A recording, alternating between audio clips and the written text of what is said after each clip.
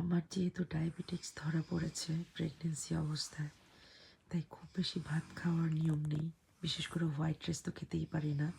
যা খাই তাতেই সুগার প্রচণ্ড স্পাইক করে। তাই বাধ্য হয়েই ভাত কার্বোহাইড্রেট লেস করতে হলো।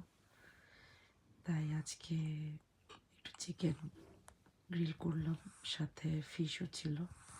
তাই ভাবলাম ছোট্ট একটা ভিডিও মেক করি। এত সুন্দর মতো রান্না করলাম। আর প্রেগনেন্সির মেমোরিগুলো সবসময় আসলে সামনে চলে আসে। আর সাথে ছিল একটু স্পাইসিভাবে একটু সালাদ করা, আর স্পাইসিভাবে ফিশগুলো। এত ভালো লাগতেছিল। আর ওয়েদারটা ছিল সেই, কারণ বাহিরে প্রচণ্ড গরম।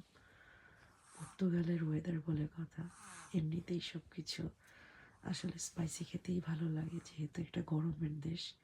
ইউরোপিয়ান দেশ হলেও এখানে প্রচণ্ড গরম পড়ে।